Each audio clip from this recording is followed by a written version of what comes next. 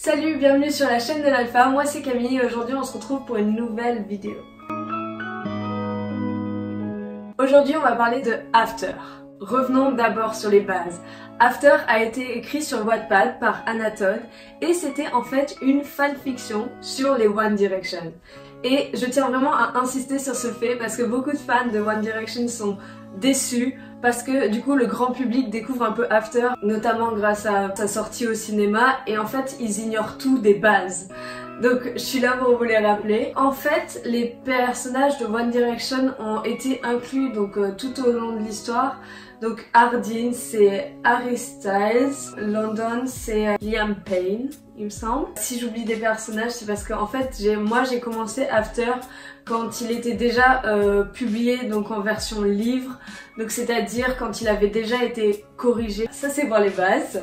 En fait After ça a été vraiment le début de tous ces livres Wattpad qui ont commencé à être publiés et cette explosion aussi du New Romance. Enfin c'est mon avis personnel, peut-être que je me trompe.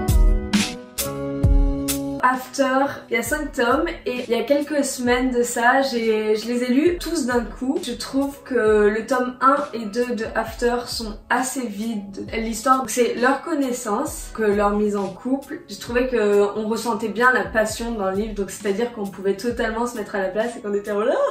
À partir du moment où ils sont en couple et la fin du deuxième tome, elle est trop longue cette partie. Ah non, Ardeen, tu as cassé mon vase préféré. Ouais, bah je m'en fous. Comment tu peux être sans émotion? Et moi, franchement, j'aurais fait juste un tome des 2 tomes. Je pense que c'est dû au fait que, en fait, After avait tellement de succès que la maison d'édition, du coup, gagnait plus d'argent en publiant un livre de plus que de corriger ça. À la fin du deuxième tome, ça commence à devenir intéressant. Donc, il y a des vraies péripéties où t'es en mode quoi? Ça remet en question toute l'histoire. Et donc du coup à partir de là, moi j'ai bien aimé. Le 3e tome c'est un peu une reconstruction. Le 4e tome c'est une destruction. Et le 5e tome c'est genre la réconciliation. Voilà, c'est un peu moi ce que j'en penserais de ces livres. J'ai détesté la fin. J'ai trouvé trop mièvre, trop... genre waouh, on vit dans une vie tellement heureuse. Je veux bien qu'ils en aient bavé les personnages tout au long du livre, mais cette fin est juste trop rose. J'aurais changé quelques détails, je veux pas vous spoiler. Et donc maintenant, on passe au film. Le casting déjà, je le trouve pas terrible. À savoir Ardeen, si on se base du tout début, c'est censé être Harry Styles, donc vous verrez les similitudes entre les personnages, il n'y en a pas. Sauf qu'ils sont bruns, mais comme la moitié de la population sur cette planète. Ce que je me suis dit avant d'aller voir le film, c'est même si j'étais assez contrariée pour le personnage d'Ardeen, si l'acteur le jouait bien et arrivait à transmettre l'aura de Ardeen qui est masculine et puissante, dans ce cas-là il y aura aucun souci quoi. Le personnage de Tessa, moi par contre, c'est vraiment un personnage où je dirais aucune faille.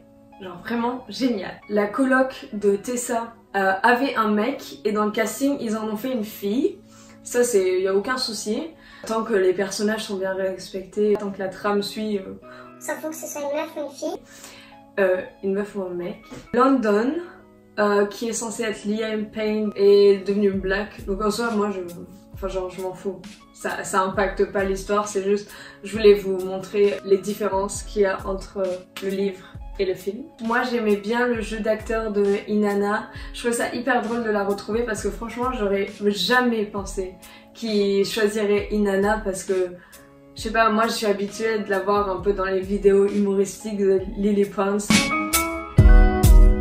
Je sais pas si c'est à cause d'un effet de mode ou genre si c'est par rapport à leur conscience, mais le fait qu'ils aient remplacé des personnes du casting en mettant London, en changeant le mec de la coloc de Tessa en meuf, ça je trouve ça vraiment cool parce que du coup ça permet un peu plus d'ouvrir les esprits des gens. Et donc, je suis allée voir le film. Le personnage d'Ardeen joue mal, d'accord? Son personnage est comme ça, il a la même tête tout le film. Il y a juste une fois où genre il pleure, mais il pleure comme ça. on ressent pas vraiment d'émotion, enfin on a compris que c'était censé être un bad boy et tout. Normalement tu sais il est censé genre en un clignement d'yeux te faire ouf, salut. Là t'es juste en mode ouais c'est vrai t'es frais mec, mais t'es pas en mode ouf comme avec Ardeen quand tu lis le roman. Quand tu lis le roman t'es en mode viens, sois mon homme. Là c'est pas trop le cas. Tessa sur son jeu d'actrice, c'était vraiment fidèle à la Tessa du livre. Le personnage de Noah joué sur le film est extrêmement bien fait. Franchement, au début j'avais vraiment des doutes par rapport à son apparence physique parce que j'aurais vraiment pensé quelqu'un d'un peu plus sec. Et en fait, franchement, il jouait super bien. Quand j'ai regardé le film, je voyais Noah, le Noah du livre, et pas genre un nouveau Noah, une nouvelle réalité parallèle. Donc ça j'ai bien aimé. En fait tout le début de la séance, avec ma pote, on n'a pas pu rester sérieuse une seule seconde. Et j'avais vraiment du mal à rentrer dans l'histoire. Honnêtement, ils ont pris le livre d'After, d'accord? Ils l'ont mangé, ce qui est pas terrible déjà. Ils l'ont revomi, ils l'ont ravalé, ils l'ont chié, ils sont écrasés dessus, enfin...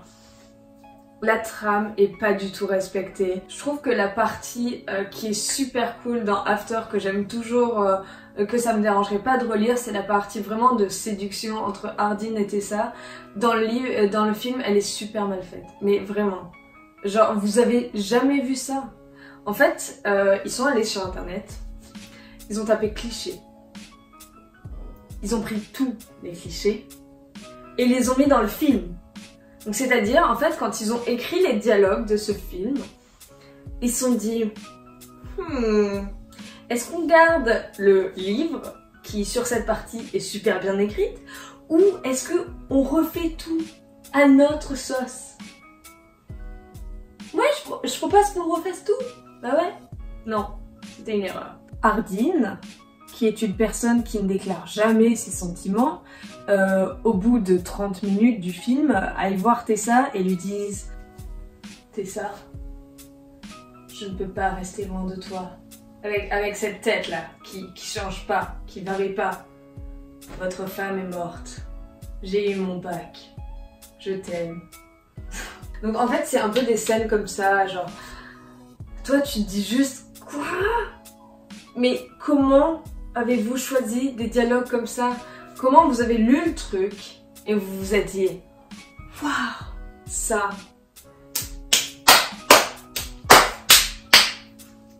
c'est bon ça !» Non, non, c'est mauvais, d'accord?